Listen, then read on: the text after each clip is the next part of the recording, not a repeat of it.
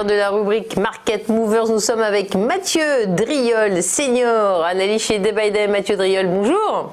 Bonjour. Alors, vous allez nous parler notamment d'Orange. L'opérateur de télécommunications a confirmé ses objectifs financiers pour l'année. Ça, c'est déjà une bonne nouvelle.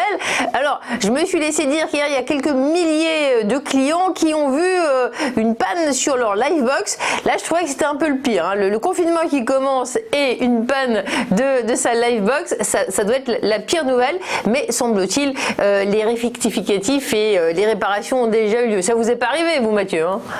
Bon, ponctuellement, des fois, il y a des petits ralentissements, mais c'est toujours assez réactif, hein, sauf effectivement quand on tronçonne ma ligne de téléphone en élaguant des arbres. Mais ça, c'est les impératifs, des fois, ça arrive. Bon, bah, on se débrouille avec des clés 4G, mais c'est pas grave.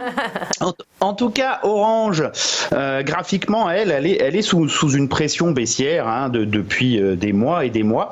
Cette pression baissière, en fait, a semble-t-il trouvé en tout cas une tentative de terme. Alors c'est ça qui est intéressant, c'est que lorsqu'on a une dynamique baissière aussi importante, eh bien généralement il n'y a qu'une façon hein, de la retourner, c'est de construire une figure de retournement. Et ici, sur Orange, on a quelque chose qui se dessine. Alors elle n'est pas encore validée, cette figure de retournement en épaule, tête-épaule inversée, hein.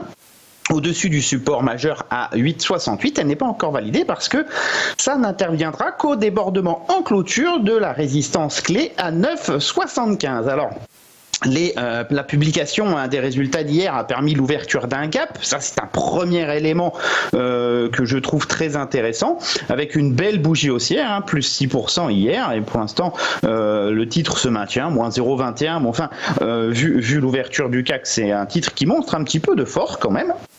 Ça, c'est intéressant. Donc, on aura un très beau signal haussier au-dessus de 9,75. Donc, c'est à surveiller.